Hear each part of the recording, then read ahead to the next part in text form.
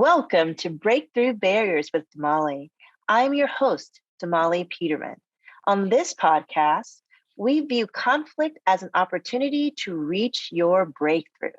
This season, we're focusing on the theme of resilience. We've invited guests who are leaders in their field, company, or industry to share how resilience helped them to get through the pandemic and break through.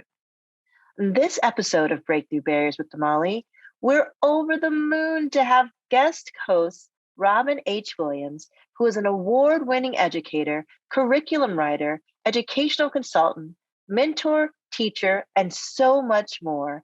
Robin, welcome to the show. Thank you, Damali. I am so delighted to have you here today on today's episode. Robin has over 35 years of experience at the elementary and college level and is committed to uplifting and inspiring young people and adults. Robin is active in her community and currently serves as president of the Greater Hudson Valley, New York chapter of the Links Incorporated. She also serves as the national and regional chair of protocol for Jack and Jill of America Incorporated and curator of the literary salon of the Eastern area of the Links Arts Committee. Robin is also a former president of the North Manhattan Alumni Chapter of Delta Sigma Theta Sorority Incorporated. Building partnerships and fund development are just two of Robin's key strengths. She's partnered with the Boys and Girls Club of Mount Vernon, Colgate Bright Smiles, Bright Futures, the New Rochelle White Plains chapter of Kappa Alpha Psi Fraternity Incorporated, Kappa League Program, Peekskill Youth Bureau, Theater Young Community Center, White Plains Youth Bureau, the Children's Village, and more to activate programs benefiting underserved youth and their families. She has served as fundraising chair for several organizations, generating funds for scholarships and community outreach programs. Robin, you are amazing. I don't know where you find all the time to do all of these things. I have an extra day in the week. You have an extra day in the week for certain, or maybe there are two of you. I'm not sure. But I always like to tell our listeners how I met the guest co-host. And I'm just delighted to say that Robin is one of the first people that I met. She was introduced to me by a mutual friend. And when I moved to the Hudson Valley, she was one of the first people that welcomed me and my family. And I'm delighted to say that, wow, it's been almost a year that I'm delighted to say that I consider her to be a very dear friend of mine, and she feels like family. And I'm delighted to have you on the show today because you are just an amazing, amazing educator. And as everyone could hear, just really deeply involved in the community. And so I really look forward to our conversation focused on the theme of resilience as it relates to conflict and how you or your industry navigated the last 18 or 19 months or so. The goal is to encourage and inspire our listeners to continue to break through. So, Robin, you and I will have a comfy, informal, and I don't know why I have this alliteration here, Robin. You and I will have a comfy, informal, and free-flowing chat. Our listeners should feel as if they're eavesdropping on a private conversation between two friends. What do you think of that, Robin? I think that sounds awesome. I'm so ready to have this conversation with you, Damali. Excellent. So let's dive into it. What do you want people to know about you? Describe yourself in 6 words. Okay, so if I had to describe myself in 6 words, I would say I'm Robin Williams, the polyglot educator. So that means I'm communicating with people in so many different languages and different cultures. I feel that I am a leader because I have held leadership positions in so many various organizations, and I give of my soul, time, and resources for those organizations. I would say I'm a confidant to all of my friends and family and to coworkers because I also serve as the union leader for my school. So I listen and have to keep confidence and confidence for people. I would say I'm creative, and I think a lot of people have always said that about me. I can find a way to make anything that's not right correct in a very creative way.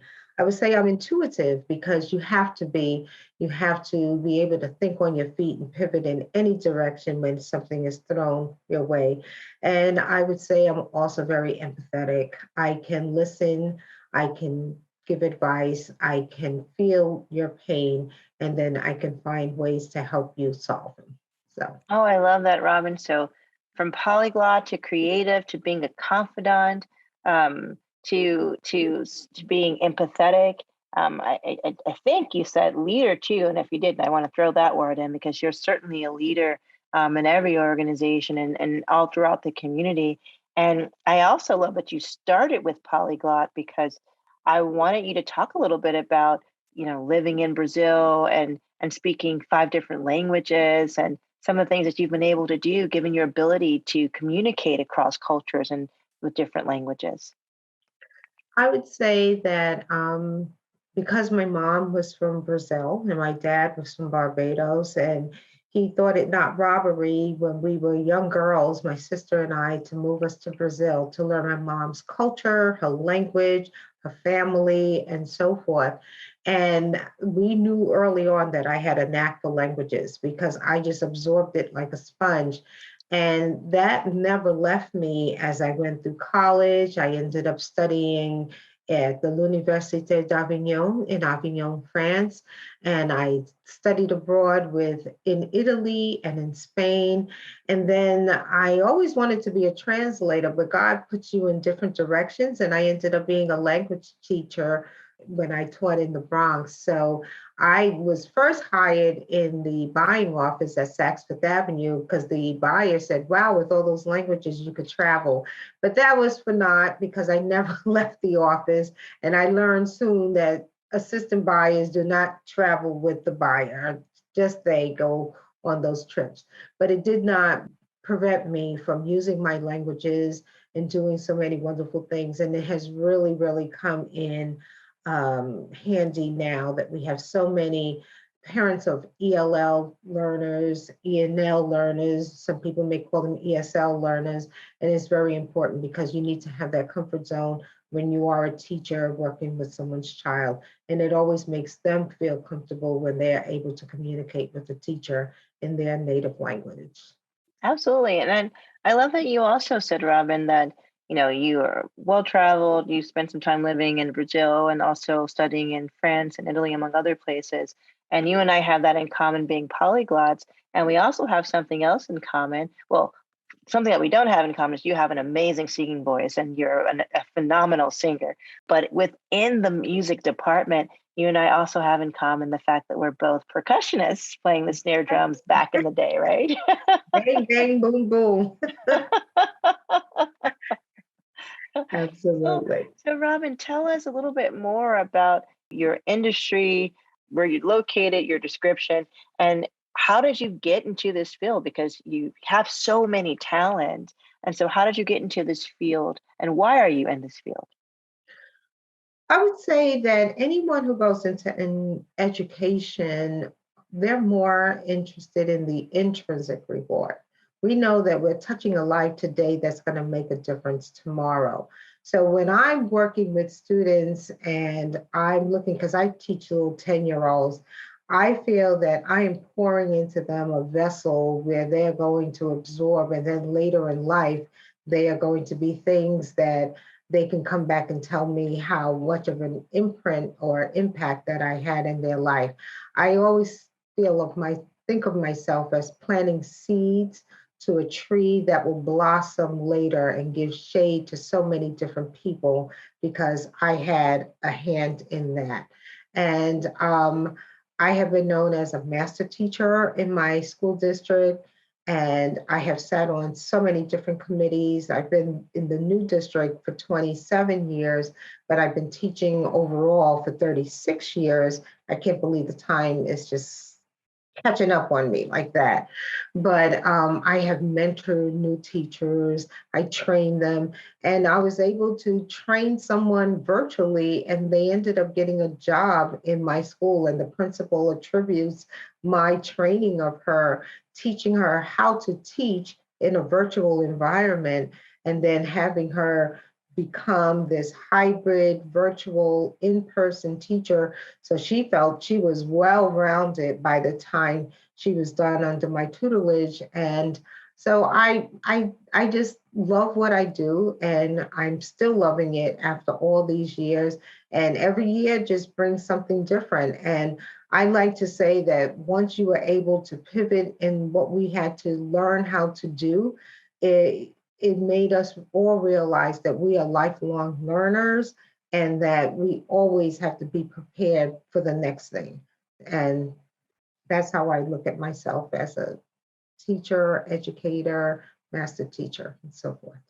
And a mentor, as an inspirational, motivational speaker, among other things. I can just see those students in your classroom learning from you and just being ready to not only move on to sixth grade, but to just take on other responsibilities. And I think it was really wonderful timing for the teacher who was able to learn from you how to navigate a classroom in a virtual environment. I mean, wow, that's something you don't learn when you're learning how to become a teacher. That's something that happened on the spot, on the fly during the pandemic, and Right. you were able to not only to do it, but also mentor someone else during the process. I mean, that's almost like having two classrooms, Robin, at the same time. Right. Um, They gave us an out. They said, if you don't want to do this, you don't have to.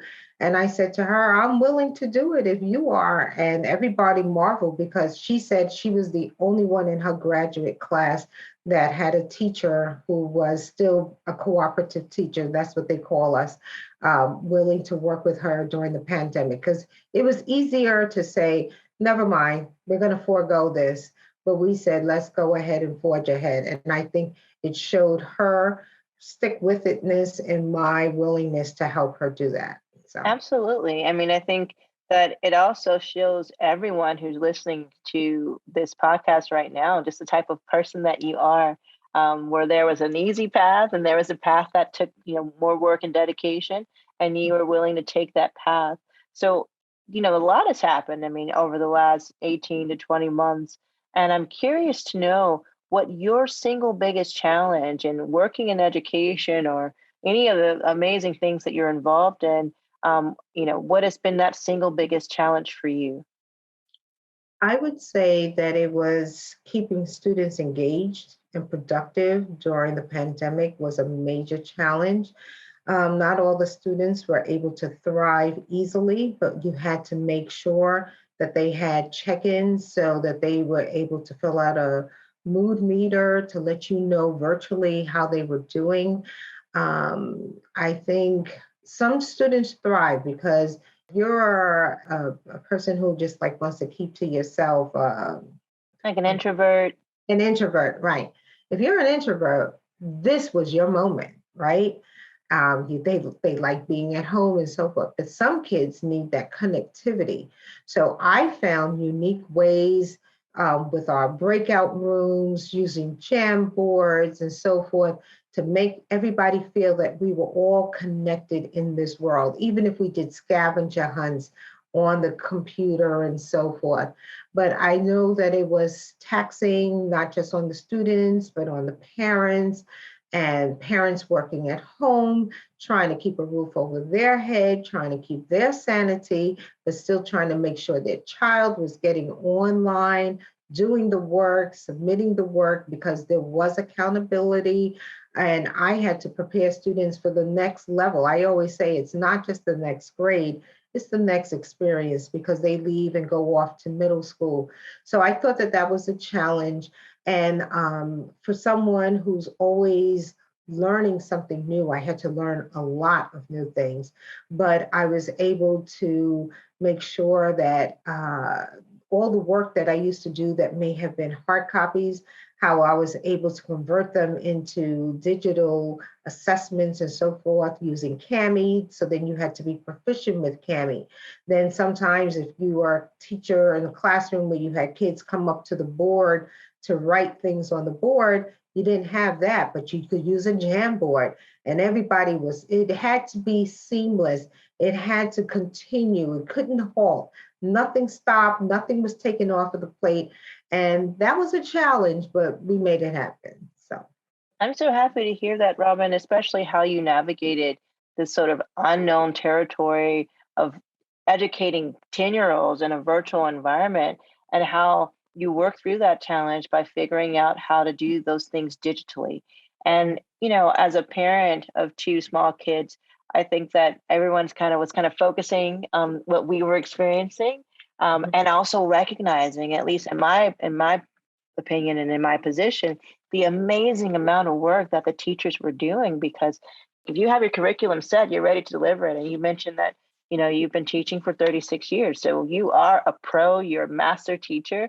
And I mean, I don't know everything that's happened over the last, 36 years, but I don't think we've ever had school systems shut down throughout the United States, at least, and other parts of the world, where students were expected to, um, be educated virtually. And so, identifying how to keep students engaged as your single biggest challenge, and you rising to meet that challenge definitely spotlights your resilience. And like that Elton John song, you are still standing. And so I would love for you to share with our audience, where does your resilience come from and how do you tap into it?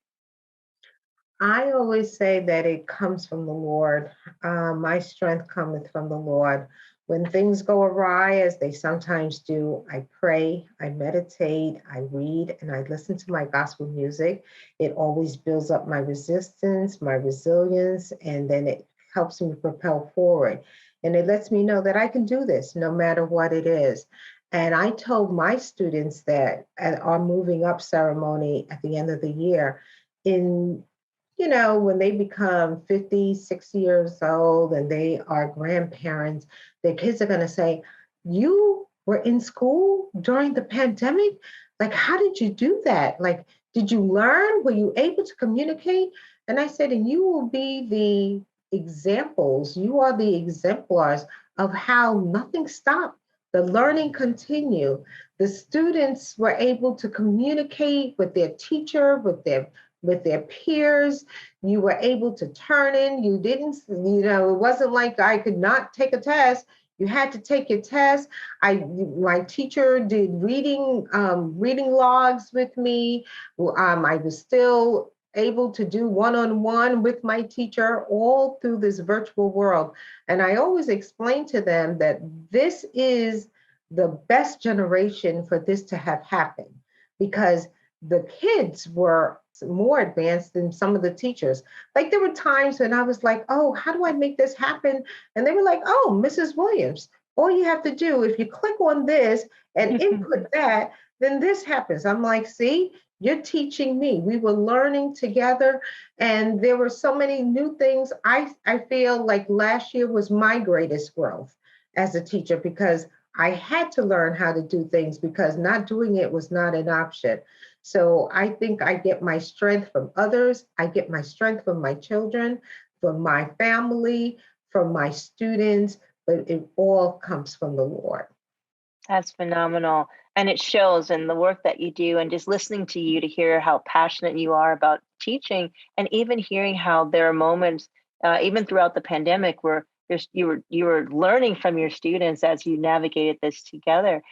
Was there any mistake that you made that you want to prevent others from making? I would say you can't always control the outcomes. You can plan and prepare, but you can't control how things turn out. And when things turn out in the opposite way that you had hoped, there's always tomorrow to do it over. Okay, this didn't work. We're going to have to do something different tomorrow. The best thing is that you cannot give up.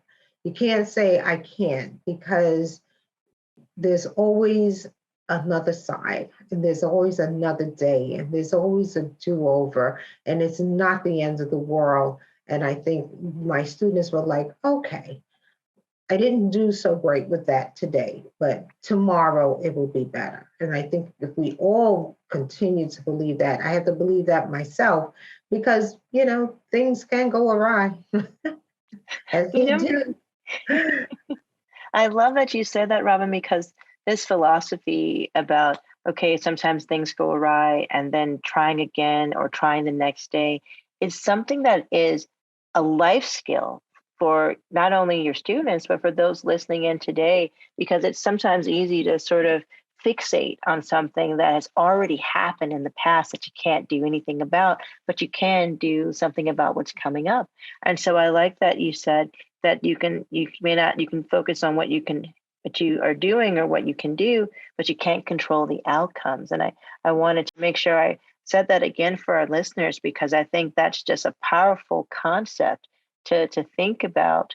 And your mother, your sister, you're many things. You're a teacher, you're an you're a sister in a variety of different organizations. And it's very clear from this conversation, which is just a delight to have an educator on our podcast, because I think that I'll say it for everyone who's tuning in.